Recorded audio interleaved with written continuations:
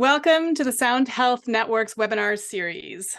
The Sound Health Network is led by co-directors Julian Johnson and Charles Lim, who also composed our introductory music, and music therapist Sherry Robb, and I'm the Director of Communications, Indre Viscontis.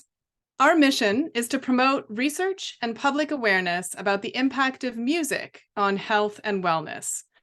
The Sound Health Network is a partnership of the National Endowment for the Arts with the University of California, San Francisco, in collaboration with the National Institutes of Health, the John F. Kennedy Center for the Performing Arts, and Renée Fleming. This webinar series features interdisciplinary conversations between researchers, musicians, and other stakeholders in our community, representing diverse perspectives and addressing obstacles that stand in the way of our mission. This spring, we're focusing on musicians and specifically how music might be a tool to help regain and maintain our mental health, particularly among young people. Moderating the conversation today is Dr. Charles Lim, our co-director and an ear surgeon in his spare time, as well as a musicophile who plays jazz and has a pioneering research program studying the neuroscience of improvisation. Welcome, Charles. And joining him is Mike Pope, a bassist, pianist, composer, and educator who also holds a professorship at the Berklee College of Music. Legendary bassist Victor Wooten has said about Mike Pope, "If I were going to study improvisation at this point, I'd do it with Mike Pope." But don't take my word for it, because the legend himself is also joining us. Victor Wooten, now a 5-time Grammy winner, hit the worldwide scene in 1990 as a founding member of the supergroup Bella, Fleck, and the Flecktones. Victor has also become widely known for his own Grammy-nominated solo recordings and tours. And among other things, he's a loving husband and father of 4, a skilled naturalist and teacher, a published author, a magician, an acrobat, and has won every major award given to a bass guitarist, including being voted Bassist of the Year in Bass Player Magazine's Readers' Poll 3 times, the only person to win it more than once. And Rolling Stone magazine voted Victor one of the top 10 bassists of all time. So it's going to be a great conversation, and I will leave it to them. Well, thanks, Indre, and thank you, Mike and Victor. It's amazing to see you guys again. Victor from outside Nashville and Mike in New York City. I'm here in San Francisco, and it's an honor to spend some more time with you. You know, I've known each of you now for many years in different ways, and we actually have some overlap. We kind of have a triangular relationship, the 3 of us, and so what I wanted to do is have mostly get out of the way and allow you guys to speak, but I wanted to try to give us a little bit of structure and direction to what I think our listeners will find to be very, very enlightening, insightful, as I always feel like I've learned a ton when I speak to any one of you. Now, the title of the webinar really stems from something that Victor and I were speaking to together with Indre at the NAMM show several weeks ago, where we were talking about this idea of how we teach music to children and how we teach language to children, which is to say that we don't really teach language to children. Kids learn how to speak.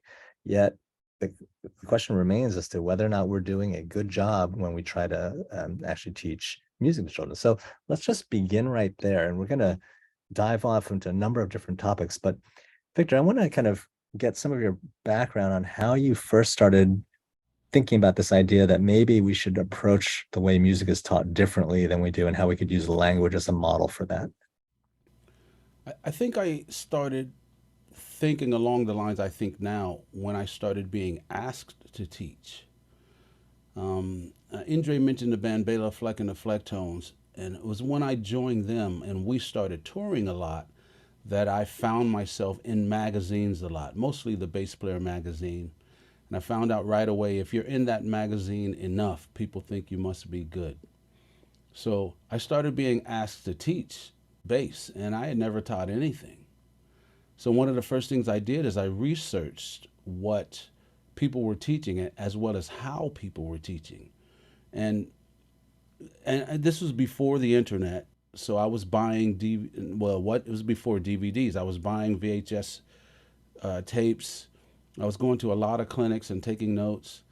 And I realized that people were teaching good things, but it mostly centered around the 12 notes. And having not learned music in school academically, at least not first, I realized that even though teaching notes is a really great thing and very necessary, I felt that there were a lot of things, other parts of the magic of music that was being left out.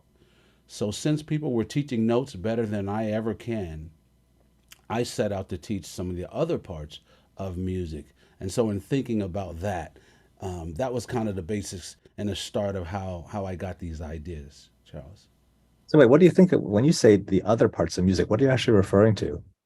Well, if you think about it, when you get up to dance, you're not dancing to the key signature of the song, right? You're dancing to something else. And I think if we even put a little thought to it, we'll realize that there's other things like rhythm. Of course, that's an obvious one, but then there's different types of tones, different types of dynamics. If there were no space in the music, we'd get tired of it rather quickly. So space, an element that's rarely, if ever, taught. You have phrasing, articulation, all sorts of different other parts of music that are very, very important, but don't get the same attention, the same respect, maybe even, as we do the 12 notes. It's kind of a fascinating idea when you think about the many different, I think, contexts in which music is taught. So you, for example, Victor, you were playing, I think at age 2, I read, was when you were first joined the band that your brothers were forming. And so in a way, you describe it as non-academic, this kind of informal, very intuitive music environment. Now, Mike, you grew up the son of 2 high-level, brilliant classical pianists. And True. so, amazing people that I've been so glad to spend some time with over the years. How did that background differ from, in your mind, what Victor is saying right now about how you might begin to grasp music as a child? Well, I think actually 2 sides of the same coin. I think that it boils down to communication. I mean, music was communication in my house, and it was just, that was a common thing to be driving down the street in the car and have one of my parents say, "Does it sound like it's in D or E flat?"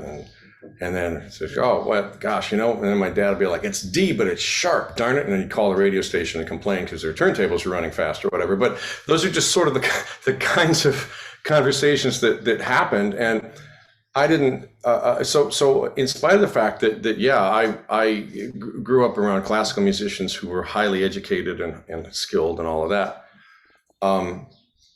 it became about communication. And I think that when you listen to what Vic just said, and you're talking about all of the other aspects of music that are not just, they're other than the notes, they are also not as easily, many of them are not as easily quantifiable as notes are. And at the end of the day, trying to teach, let's study the subject of articulation, kind of doesn't make sense, right?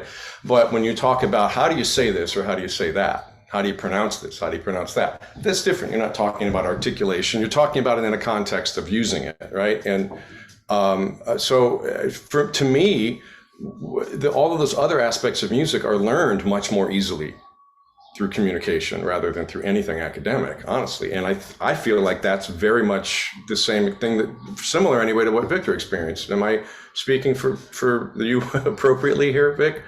Absolutely, which is why I compare music to a language, because I was learning both English and music at the same time, and really in the same way, by in music what we call jamming with people. Yeah. But the cool thing is that in a language, when you're a baby, you're allowed to jam with the professionals from day one, Mhm. without being corrected. So yeah, very, very similar. Yet when children are learning a language, I mean, people don't generally think of their time that they learned their native language as something that was difficult or a struggle or something that they might have disliked. It wasn't a didactic process whatsoever until they got to school, at which point they already knew how to speak generally, Now, how do you compare that to what we do with music today? Because, I have to say that I see a lot of children that are either as patients of mine or in music educational programs, and they love music. but they hate the way they're being taught music. If you think about it, Charles, when you're a beginner at anything, you're going to make more mistakes than you are getting it right. But in music, you hear about your mistakes every time when you're beginning. That's wrong. No, you messed up. Do it again. And so usually the love of music or the love of the feeling of music is what got you into it. But all of a sudden we get lessons. Now I have to be right. I have to do it right. And I keep hearing that I'm wrong.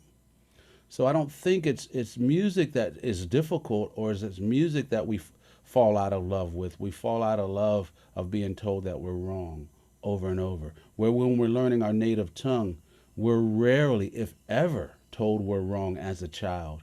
In actuality, the opposite happens. If we're saying a word wrong as a child, as a baby, our parents start saying it our way.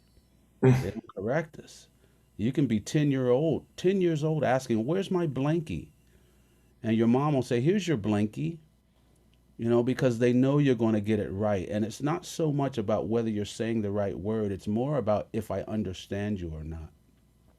So when we get the formal lessons, I believe we just get corrected so much that now we're not doing it out of the love for what we're doing. Now we just have to be right. And because we're mostly wrong and we're told that, the fun and the love gets squeezed out of it. Yeah, I agree. I agree with that. I think to do a little yes and, I think also there's, with most music, and singing is less this way, but it's more than I think a lot of people think. But with most music, there's this big motor component to it that it has to be learned. That's not, so it's not just a matter of hearing and unless somebody literally physically puts something in your hands and gets you to start making sounds with it, which they did with Victor, I think, right? They gave you like a toy guitar or something, right? So, but most of the time, I think teachers don't know where that line is between correct the physical mistake or, let it go in the interest of allowing the kid to continue to explore and discover things on their own. Ultimately, the ability to play music comes from the desire to play music, right? So as long as you want to do it, then that you're always, any student's going to be more amenable to learning better ways to do it if they already are doing it. So in my opinion, we are needing to do sort of, well, what I'm doing is, with my teaching is I've really turned to put the student's identity, whatever it is, when they arrive, their identity, help them identify it, and obviously, and use that as a framework, as a jumping off point for exploring new things. This gets into so many other aspects when everybody's talking about the music business getting harder and harder. It's saturated. There's so many people, yada, yada, yada. But there's only one thing that I can think of that hasn't changed at all. And that's that the only totally unique product you have is you. The only one. That's it. Anything else that you try to do, if it's not genuinely exclusive, if it's not you genuinely, then somebody else can do it, maybe just as well as you. But this thing that's you is totally inexorably you, and it's the thing that should, I think, be at the center of everything else that you try to learn. I think the worst thing you can do is say, "Hey, that's pretty interesting, but forget that. Check this out." I don't think so. I think that's interesting. Check out how this is connected to that, or whatever. You understand? Hopefully, you understand what I'm saying. Maybe because music is such a personal thing and everybody takes away from it, something that is uniquely theirs and brings to it something that's uniquely theirs. This gets to why we're having this conversation to begin with, which is that music has, I think, immense therapeutic properties and potential that's probably underutilized and undervalued. Certainly from a medical community perspective, it's highly undervalued. On the other hand, if you think about it worldwide, I mean, music is one of the most beloved forces to ever have existed in humanity. And so, I want to get back to this idea of classical upbringing, because I think somewhere that matters too. Like there's a tension there. There's a tension between the idea that you can not be corrected for mistakes, yet that there is maybe a right or a technically more correct way to learn things, and that will help you out in the long run. And the idea that some kids are not ready for that, and that what happens is that it beats the joy out of the process to the point where they reject the entire topic. And so I guess what I want to understand is, from both of your points of view, what are the positive aspects of a didactic framework, and how do you apply that to something where in the end result, joy or personal well-being might be the goal rather than becoming a concert pianist? Vic, you want to go? I'm making sure that I totally understand the question, but I do know in language, or at least our native tongue, it's not about how, in the beginning, it's not about how well you do it. It's about how well I understand you. So your parents learn your way of talking, your way of communicating, no matter how it is. We learn your way first rather than forcing you into our way. Where in music, we force people into our way, and in many cases, you're wrong until you can learn our way. You have to, especially in classical, you have to learn what's been around hundreds of years first, and you got to play it perfectly. You have to learn Mozart's voice, Bach's voice, if you're playing cello or whatever. And it's good stuff to learn. I'm talking to you. I mean, you're learning from the greats. But those people were the greats because they had their own voice. But in most cases, our own voice gets squeezed out of ourselves until we learn someone else's voice. And then the teacher says, okay, you're really good. Now go find your own voice, after they've squeezed it out of us.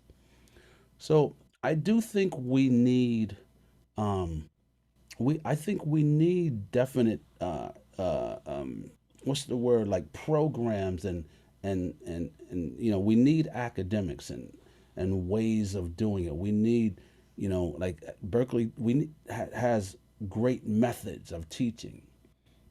And I think those are all necessary. But I do think that as a whole, we place these methods upon the student way too soon. I would tend to agree with that, and I think, and I've got a couple of sort of parallel things to say about that. When you think about the difference between the classical musician's career and an improvising musician's career, most classical musicians, the vast majority, their career is all about playing stuff that everybody else already did. I mean, that's just it. That's what it is.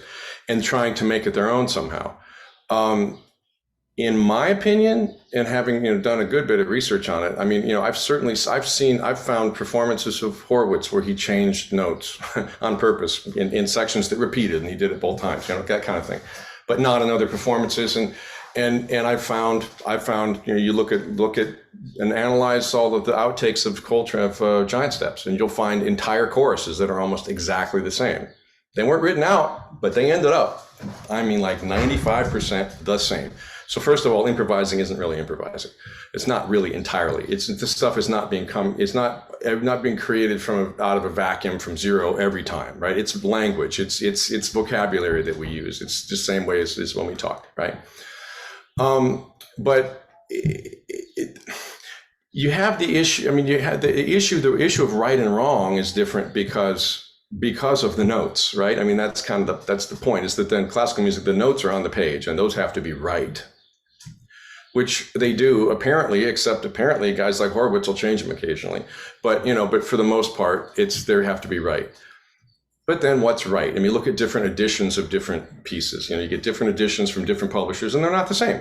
So, it's like, is this Bach's vision, or is this it's not Bach's vision necessarily. It's some publisher's idea of what Bach probably meant by something that nobody can agree on.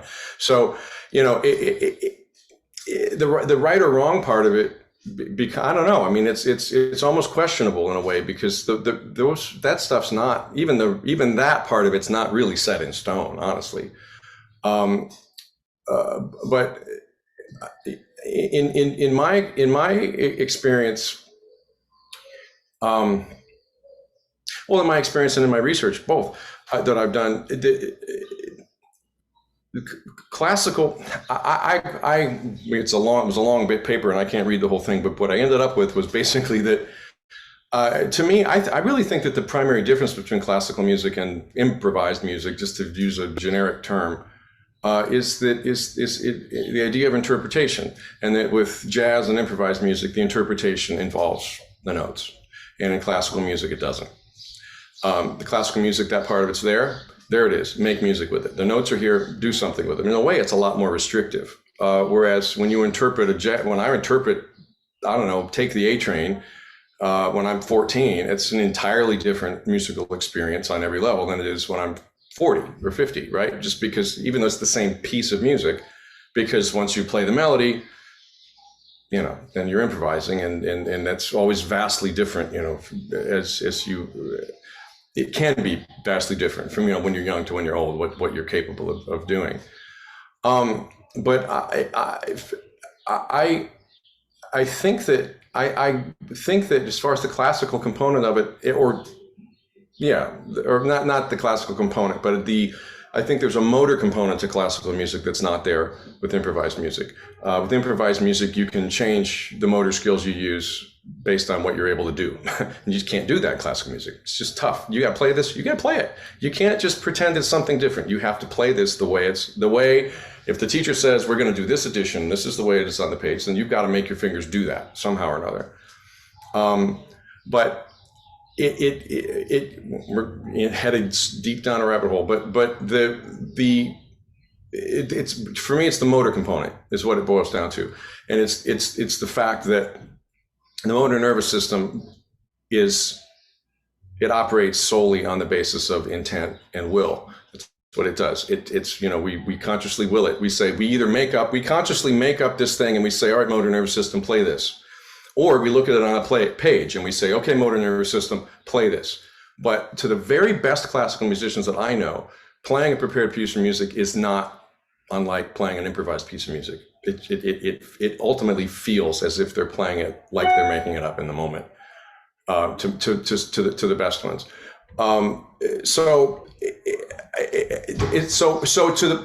To Vic's point about telling people that they're wrong. Yeah. I mean, it's what are you telling them that it's a matter for me of what are we telling them they're wrong about? It's like, well, that was a wrong note. Okay, well, why did that happen? Well, let's talk about what's the musical result we're looking for. What are we trying to create? What are we trying to do artistically? And how do we accomplish that? Here's this one thing you got to change in your motor skills that's going to help you get your message across musically. I think if that is a priority in education, if the musical result is always the priority, then I really think that the classical or the non-classical side of it becomes much less of a dichotomy and much more able to sort of be addressed in there's more crossover there. Let's put it that way. I think if you think of it in those terms. You both said now that you view music as a form of communication, and that's the real reason why you can kind of view it in a very parallel or analogous form to language. Now, there's also a lot of metaphors about music being a language. And I think, we've all heard the idea of music as universal language, and we're also both quite aware that music is not very good as a precise spoken language, right? Like we can't have this conversation that we're having right now just by playing music, right? There's something that's missing in music when we have this spoken conversation. On the other hand, there's something that music is providing that language doesn't, or spoken language doesn't. And so what do you think that is for you? Because when we start getting to an idea of what music does for health or well-being, or for people that are struggling in this world, I kind of like to know from your perspectives, both as musicians and players, but as people who've played all around the world and seen the impact of music helping people, what do you think music is giving them that words are not? Vic, and I start this one. I was just going to say, for me, I think it's sort of the difference between maybe reading a book and watching a movie. It's you listen to music and you create images in your mind, and you know there's a lot. The experience is very interpretive, really, for the listener. So I think that whatever is happening already in that person's mind is a filter through which the music is experienced. I think. I mean, I don't know, but I'm just that's the impression that I get. When you say words have a way of they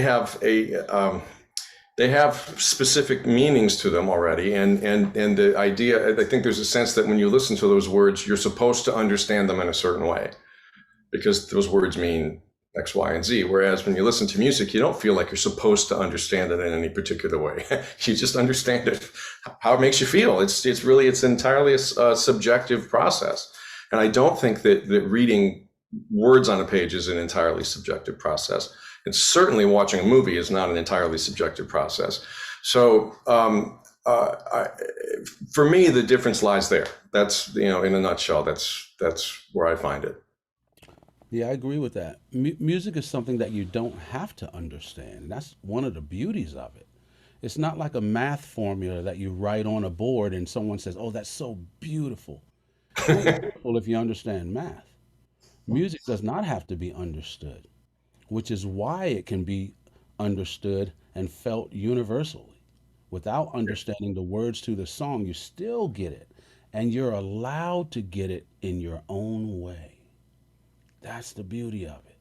It does speak to you, and it can be used in this, we can read it, music, we can write it.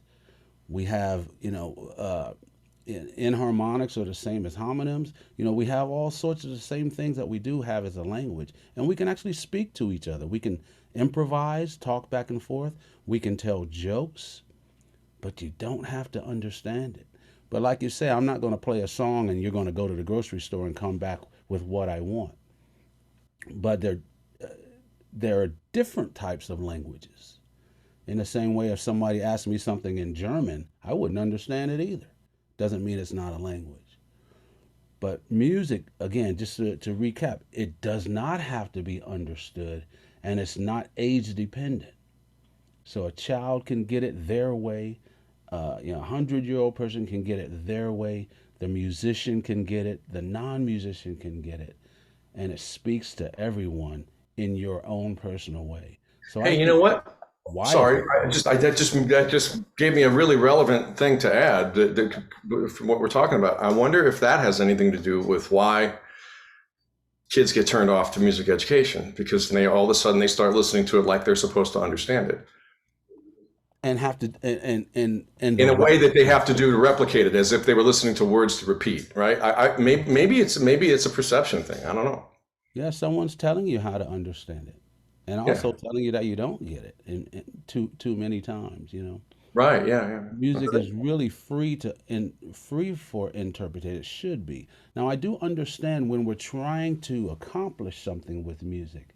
If I want to be a jazz bass player or a classical violinist or opera singer like NJ, there are some rules I have to follow.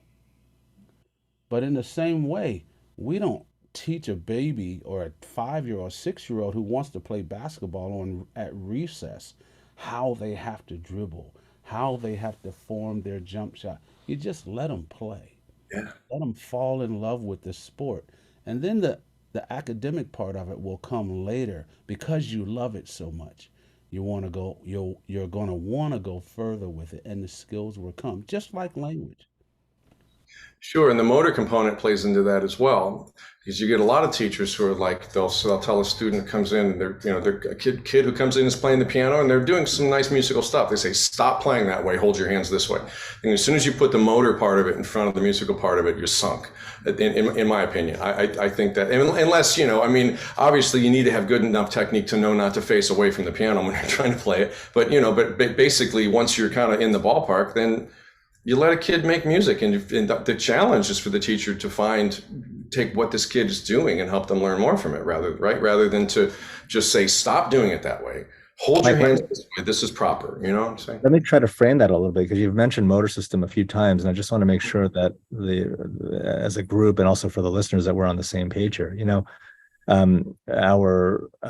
can break down categorically the way our brains do anything in this world as sensory input, and then processing, reflection, thinking, banking memories, analyzing, and then an output, which is usually motor, but doesn't have to be purely motor. But in the case of motor, we're talking about brain systems that are responsible for all manner of how we move our body. And there's a physicality, physical reality to music and what it means to play a musical instrument that has to be taken into account. In fact, when each of you is teaching students, I'm sure the physicality of the instrument itself is a major issue, not just in terms of ergonomics, but efficiency and getting your hands to do these things that are physically very challenging. And I want to. There's a couple of things that are deep topics for each of you, and I want to get into this. They're personal topics and not easy topics, but the body can struggle.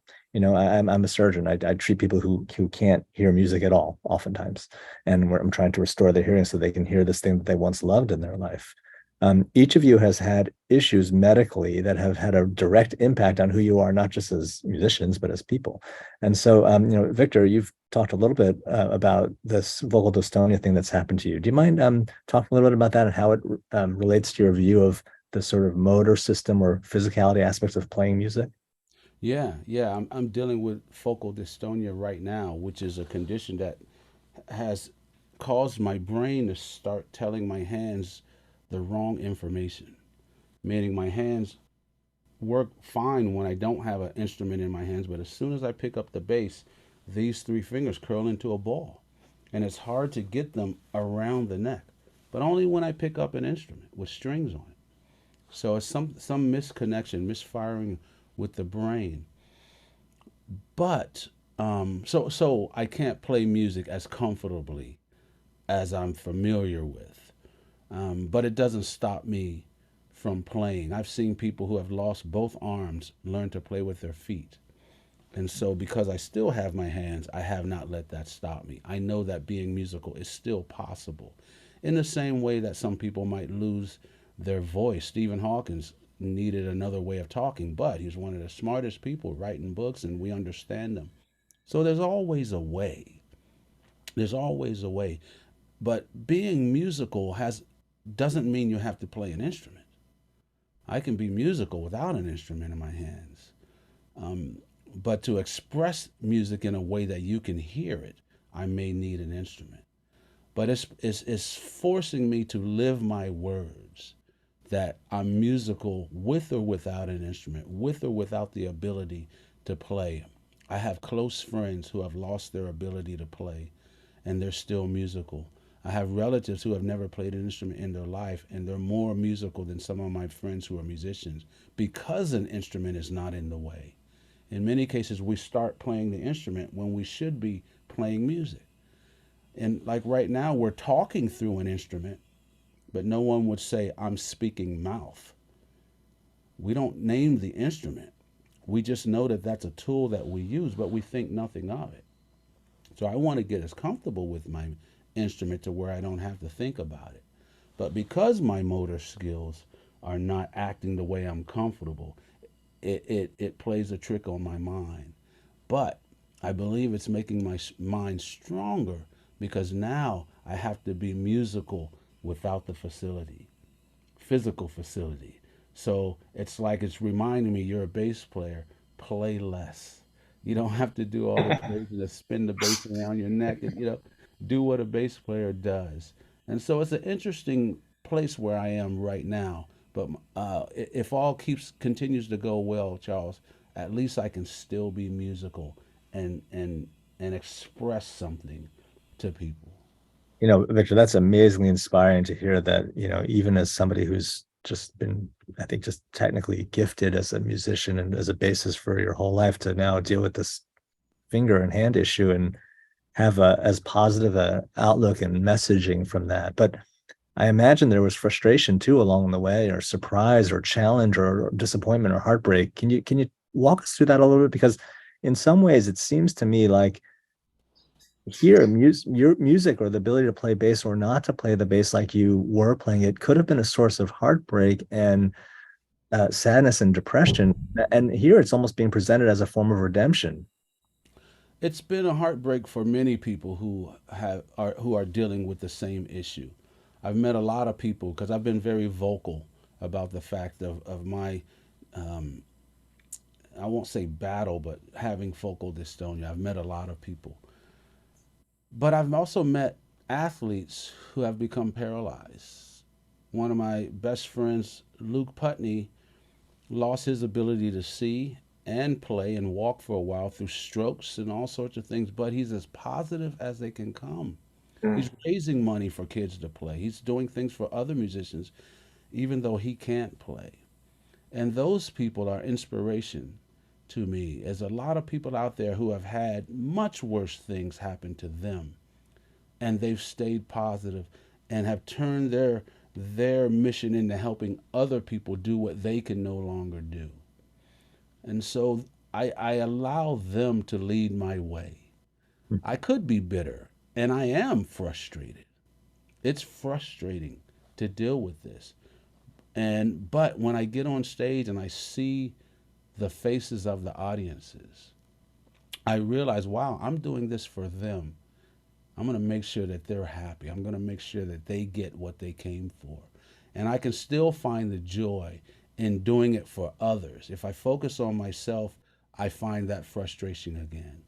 But knowing that I can still make people happy with my music, it brings me the most joy, and it alleviates a lot of my frustration. That's amazing. I can tell you, as somebody who's been an audience member at one of your recent concerts, what you're doing is working. I mean, there's no doubt there's widespread joy in the audience as you're playing. And, it gets to this idea of music as medicine. Like, can actually music serve as a medicine for not just for the people that are listening to you, which undoubtedly it does. And that in of itself is a big topic for us to get more into. But for you as the musician, what is it? How is music changing your life as a musician? Now, I think I've told you both a little bit about myself in terms of my own kind of path. I'm somebody who loved music at a very early age and was really kind of obsessed with it. Still am. I mean, honestly, I'm somebody who spends my entire life thinking about music as a hearing specialist, an ear surgeon, hearing restoration surgeon. I run a lab that studies music perception, and I try to play as many instruments as I can. I was telling somebody, like, the reason why I'm not a musician is because I like listen to John Coltrane playing saxophone, and then I just put my saxophone down. I was like, okay, I should probably not play this anymore, because that's how somebody's supposed to play the instrument. And so, for me, it's been a complex source of strength and understanding, but I never had to rely on music as being my how I made a living. It was able to be a source of comfort and joy to me, exclusively. I never had a lot of pain attached to it. Now, I want to talk to Mike. Mike, you had a pretty significant medical event which I was involved in, where you wound up having a stroke. Do you want to just tell us? Involved in a good way. You were involved. Yeah. Right. Yeah. You want to tell us a little bit about that and how you kind of went through that as a musician and what it meant for you? Well, I mean, it's tough because, I mean, of course, the whole story about how it went down, and that's nobody else does. Maybe you can summarize it briefly. Well, I mean, I'll do it as quick as I can, but it's a long story. But yeah, so basically, one day I had to drive to. I had a bizarre thing. I had to drive to New York to do a rehearsal, and then I had to drive from New York to Easton, Pennsylvania for a concert, and then I had to drive from that concert straight to the airport in Baltimore because I had to get to my grandmother's funeral, who had died a couple of days before, but I had to still do the gig, and yada yada. It was a long story. So anyway, before I drive to New York, I get this just splitting headache, and I'm just whatever. It's a terrible headache, but I could still play and everything. I didn't have any motor deficits, and so I just didn't think a whole lot of it, and then just couldn't shake the headache though, and it went on for a couple of days, and it was like, I don't know, it was like a Thursday morning, and then it was Friday night or something like that when when I had to drive to the airport. And I had to stop on the way back in the way to the airport. It was middle of the night. I was tired. I was weaving all over the road. I could barely keep my eyes. I didn't know where the hell I was. I was confused. I just, so I managed to get myself back to Baltimore. And meanwhile, my bandmates were calling my wife and saying, what's going on with Mike? Something's wrong, da, da, da, da, da. And it's, all through the middle of the night, all this crap. And then finally, my cell phone battery had died and yada, yada, yada. Just everything that could have gone wrong went wrong. My battery died in my car and yada. It's just ugh. Anyway, all a result of just me being confused and making every wrong decision I possibly could. So then Charles managed to intercept me on the way to the airport as I was heading there to get on a plane to fly down to Tennessee to be with my grandmother. And my wife had contacted him, and so Charles, you happened to be actually kind of in the area, ironic or just coincidentally. So you stopped me and gave me a kind of a roadside check and said you probably should go to the hospital. And so you drove me to the hospital in my car, which is like the best ambulance treatment I could have gotten. It was pretty awesome. Never been to the hospital in a BMW before. So anyway, but I didn't know they made ambulances. And then, it turned out that I'd had a stroke and Broca's area. Was that what it was? I think that was, I think it's over here, right? And I didn't have any deficits from it. I mean, I just didn't have any, I never felt any, the only deficit that I had that was actually noticeable was just large scale organizational problems. Like I could play a tune, I could play lines, and that was never a problem, but man, I couldn't keep a form. If you gave me an instruction, say at the end of the tune, we're going to do this. By the end of the tune, that was gone. It was just bad in that way. But I never had motor difficulties and, or cognitive difficulties, speech, any of that.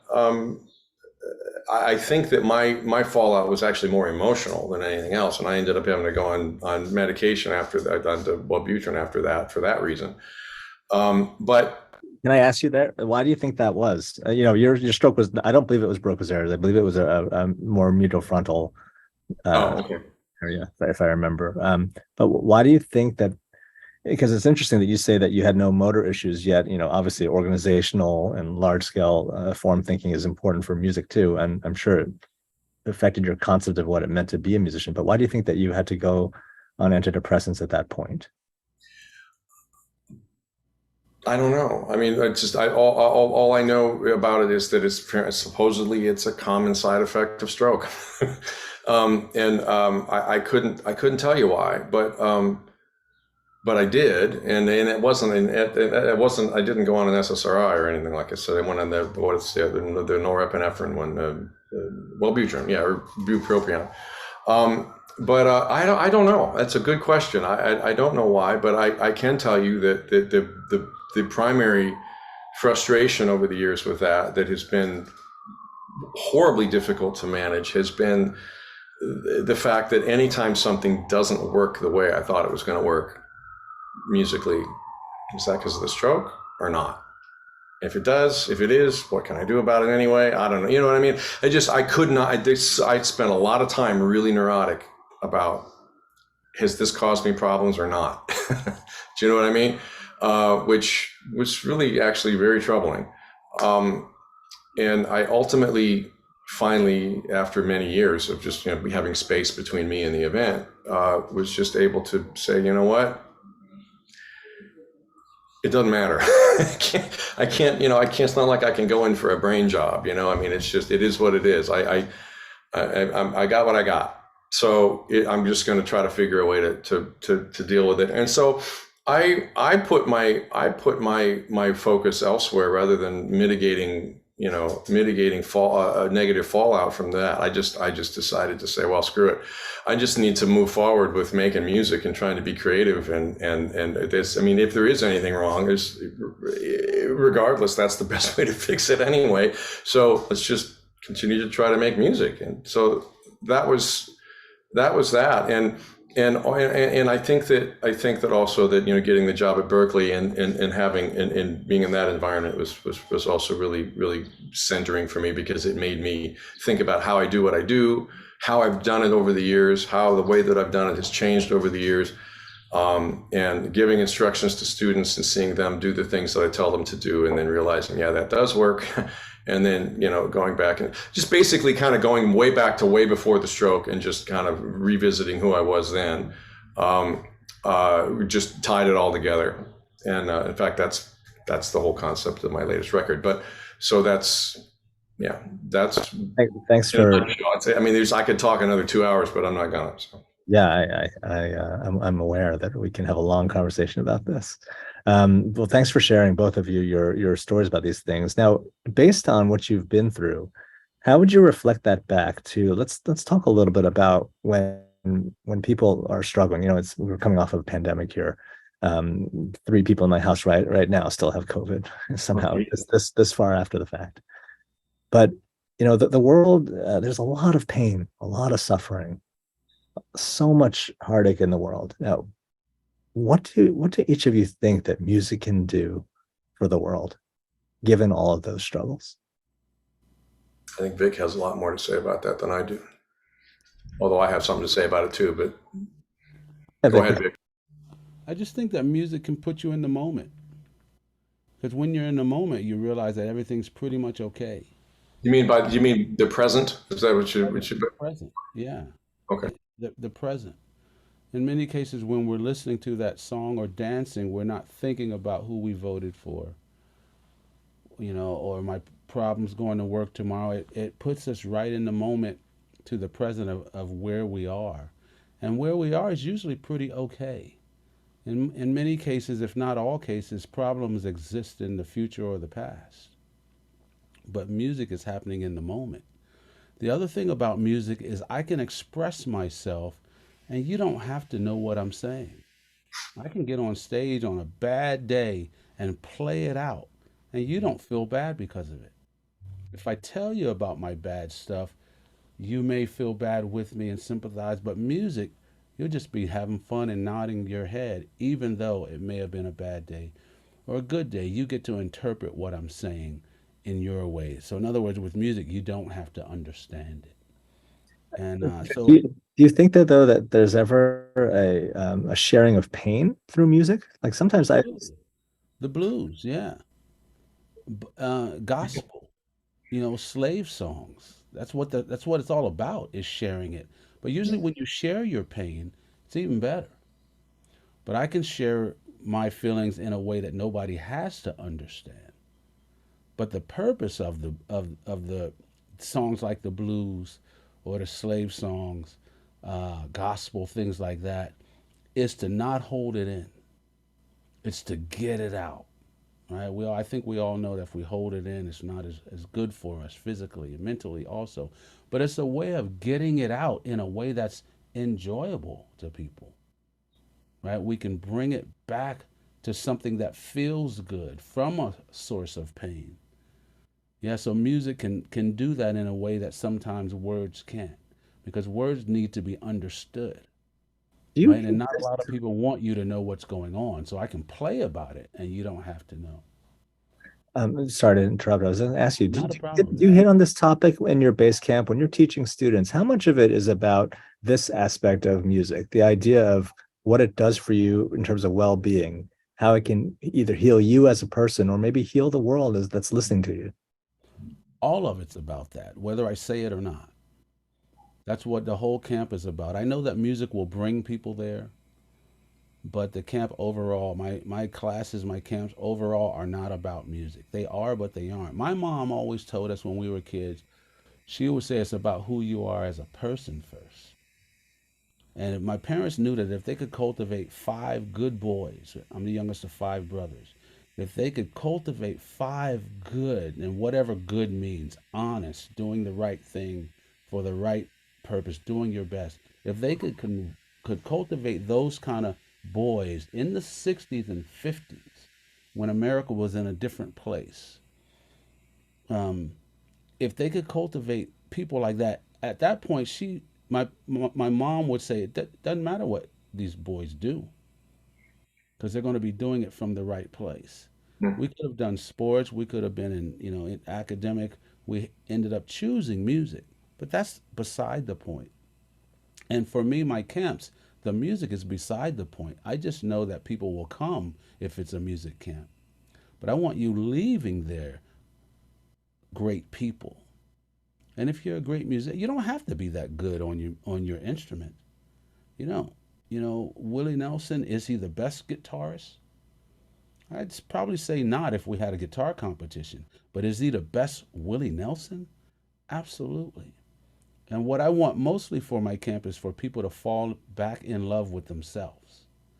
Not me, with themselves. You fall in love with yourself, I believe you will do some good things to help other people fall in love with themselves. So, yeah, for me, it's more than just being a good musician. And when people, the main thing for me with music that I share with music is instead of teaching people only how to sound good themselves, making the purpose of your music is to make others sound better, whether they're the audience or your bandmates. Our job is to focus on other people when we play. And you can do it by sounding better yourself, but if you can learn to make other people sound better.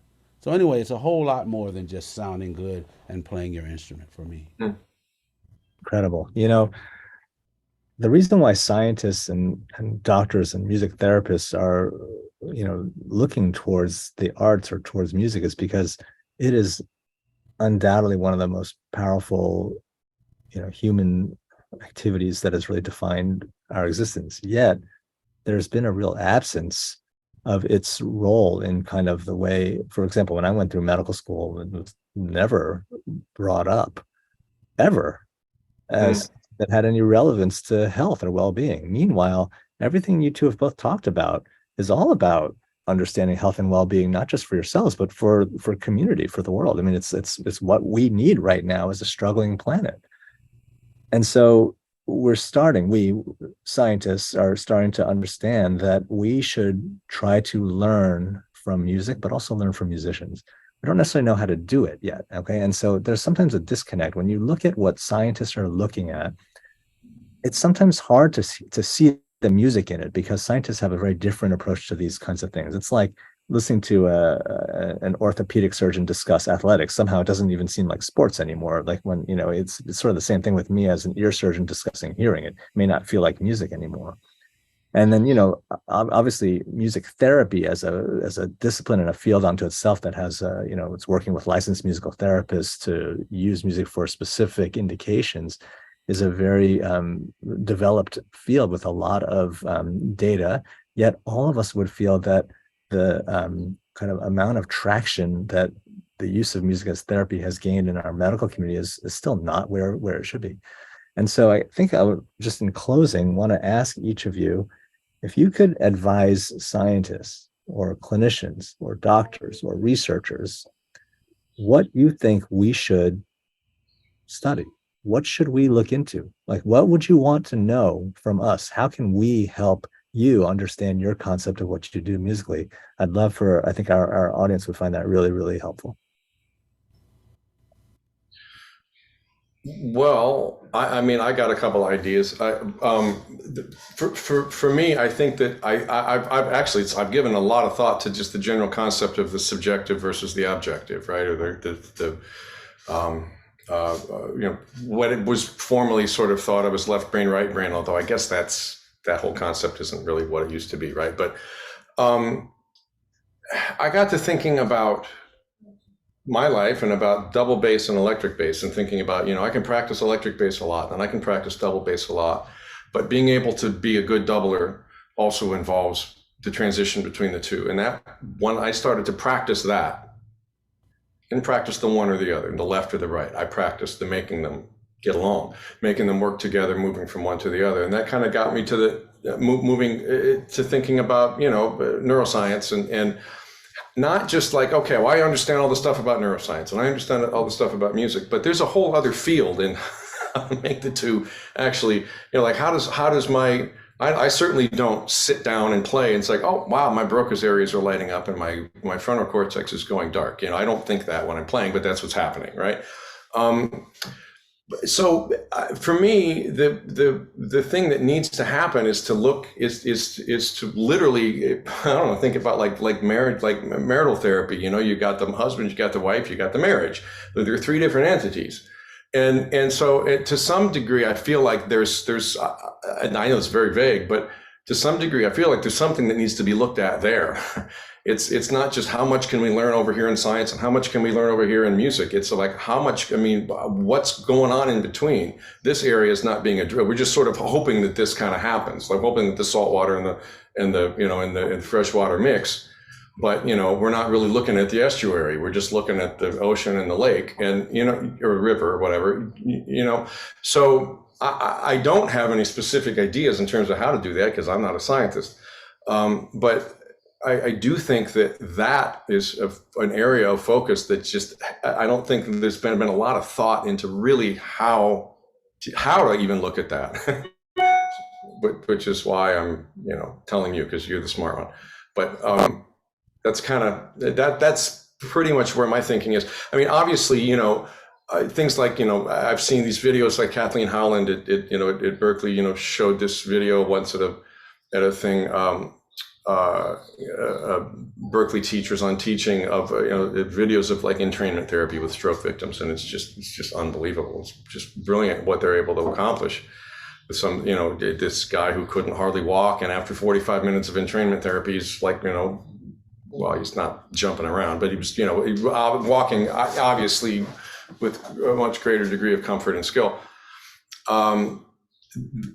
That, as you say, as a discipline is, you know, has been hugely helpful but it doesn't necessarily speak directly to the relationship between the process of making music and the process of thinking or studying or, you know, or being analytical. And really as improvisers, that's what we need to do the most. That is the hardest problem for improvisers. So the hardest thing is to make yourself be able to think and to not let the thinking encumber the music making, right? I mean, that's really it. You can't be mindless when you play. You've got to be aware. And I'm not talking about like analytically aware, but just aware of what's happening in the moment. But oftentimes, you know, we hear about overthinking, that kind of thing. That's the problem with overthinking isn't the thinking. The problem is the way it's screwing up the doing.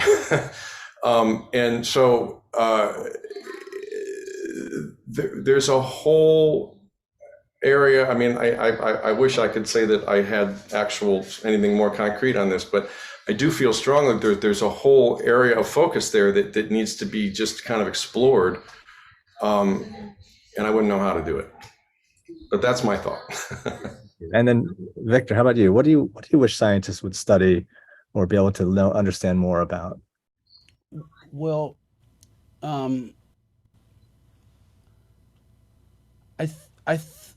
whenever we study anything a whole lot, we get conditioned to think a certain way.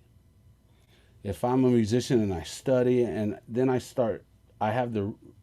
run the risk of thinking a certain way. So I wish that, since we're speaking to scientists, that they can expand or even put aside their scientific mind for a while and go into the feeling of it. So in other words, we don't do anything important in our life that doesn't involve music. And it's so normal that we don't think about it. Birthdays, graduations, funerals, marriages. Think about your first dance with your bride or the bride with their father or whatever. There's music going on. Putting on music while you wash the dishes. There's music in movies. There's music in TV. Music is so much a part of our life. And you don't have to be a musician to understand that or to enjoy it. So what is it about this music that is so much a part of our life, a part of animals' lives and things like that? Rather than have to look at it scientifically, which is a good way. I'm not saying stop looking at it scientifically, but to expand it and to ask questions to the people who play it, like you're doing. I would also ask scientists to play music themselves right? Not so much having to learn, you know, the theory or whatever first. Play like a child. Whether you pick up an instrument or not, get in front of the mirror and play air guitar, and you can't do it without a smile on your face. You know, what is it about that is speaking to us? And we could go deeper into it and get into what the vibrations of the music really are. Charles, you know that we tune the A440, which means there's 440 vibrations in a second, right? But you cut that down in half, you get 220, then 110, and you keep going down about 7 octaves. That 440 turns into a rhythm, right? Speed it up, it turns into light or whatever. So we're just talking about the same vibrations of everything. Music just exists in a realm that our ears can hear it. Speed it up, our eyes can see it but not hear it. Slow it down, we need not a metronome to hear it, but we need a clock, right? Or things like that. So we're talking about the same stuff, but because they vibrate differently, they affect our bodies and our minds differently. But another thing I'll say really quickly is I can't find anything else in the world that does what music does without effort. Right? Music brings people from all walks of life to the same place in agreement. You go to a concert, for the whole 2 or 3 hours that you're there, you don't care who voted for who. You don't care the color of your skin of the person next to you, who they pray to, how much money they make, what their job is, what their education is. All of that goes away when music plays. And no one has to lose. It's not like sports, where it's designed for someone to lose. Music does this, and it's powerful. And there have been studies that show that it makes kids who learn music better academically, right? It does something to the brain. As you've studied how it affects the brain, even at a young age, even before you've learned to improvise the proper way. Everybody's improvising, but the proper way. So I would like a scientist to feel it, as well as think about it. Don't stop studying and thinking about it, but learn to feel the effect of it too. So meaning pay attention to when you're riding in the car and your song comes on and you're just singing while you're going. You don't even think about it. Music affects the non-thinking mind as well as the thinking mind. And I think it's powerful.